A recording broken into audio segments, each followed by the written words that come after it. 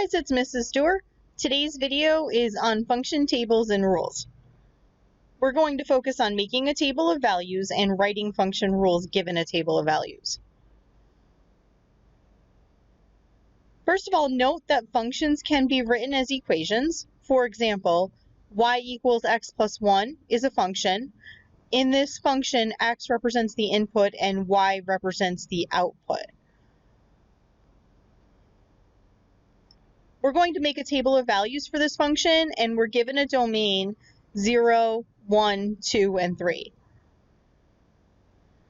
So you can see that I have a table here. I have 0, 1, 2, and 3 written in the input, and we're going to figure out what y is in each case. So what this means is you want to take that 0 first. We're going to substitute it in for x, and we're going to get the corresponding value for y.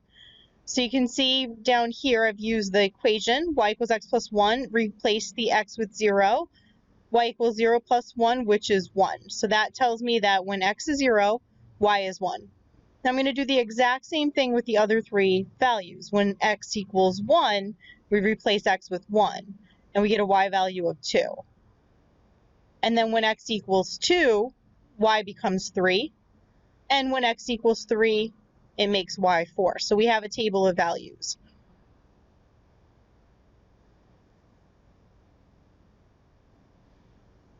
Notice that the domain we were given was 0, 1, 2, and 3, and now what we found out the range is 1, 2, 3, and 4.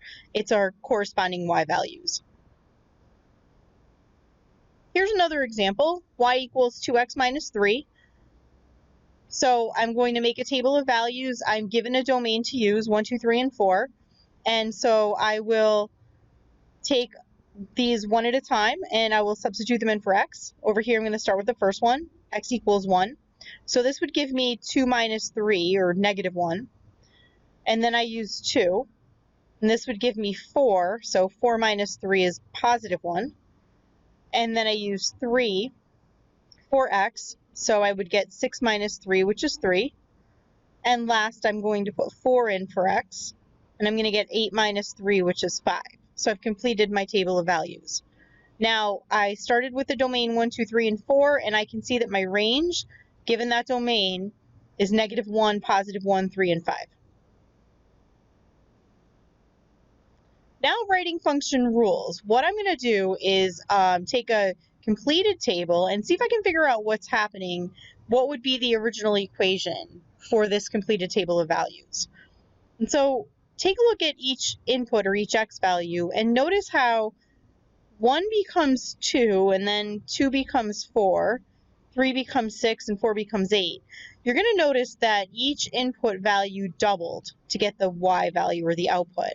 So the function rule for this would be y equals 2 times x. So every time you would put an x value here, you would be able to get the correct y value out. And so I'm just going to show you that real quick. When x equals 1, you can see that we get a 2, which we were supposed to get.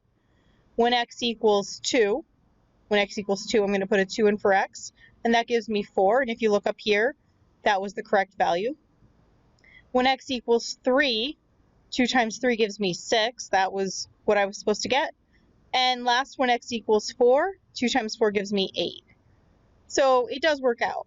Now, it's not always easy to see the pattern, and in that one I think it was easy because it was doubled, but I want to give you an example of what we can do if we cannot just see the pattern.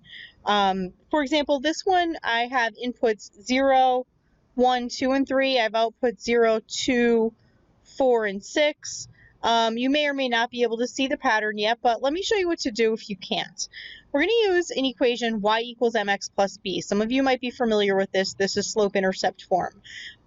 The first thing I want to do is get the slope, or the m value. Slope is defined as the change in y over the change in x. So to get the change in y, I want you to look at each y value. 0 goes to 2, 2 becomes 4, 4 becomes 6. What's happening every time is it's increasing by 2. So I can replace the change in y with just a 2. And then I do the change in x, and notice how each time it's increasing by 1. So the m value, or the slope, is just 2. So I'm going to replace that m with a 2. Now, B, what the B is it's the y-intercept, and we get that by finding the value of y when x is 0. We actually can see that in the chart here.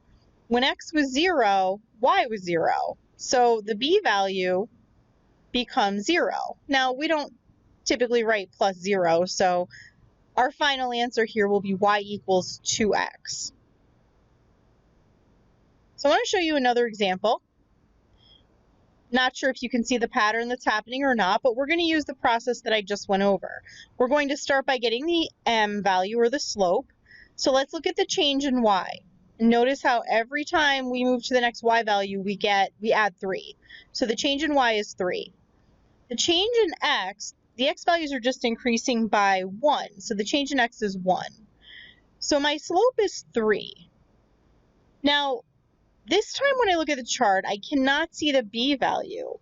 The b value is the y value when x is 0, but you can see I don't have an x value of 0. So what I'm going to do is just go back 1. I'm going to add a column here. I had 1, 2, 3, and 4. What I did was I added 0. So to go backwards, I'll need to subtract 3 to get the value that would have been here, and that would give me a 2. So it looks like b is 2. And so my equation here would be y equals 3x plus 2. And that's it. Hope you enjoyed the video. Don't forget to like and subscribe. If you're interested in the unit that goes with this video, click the link below. Thanks for watching.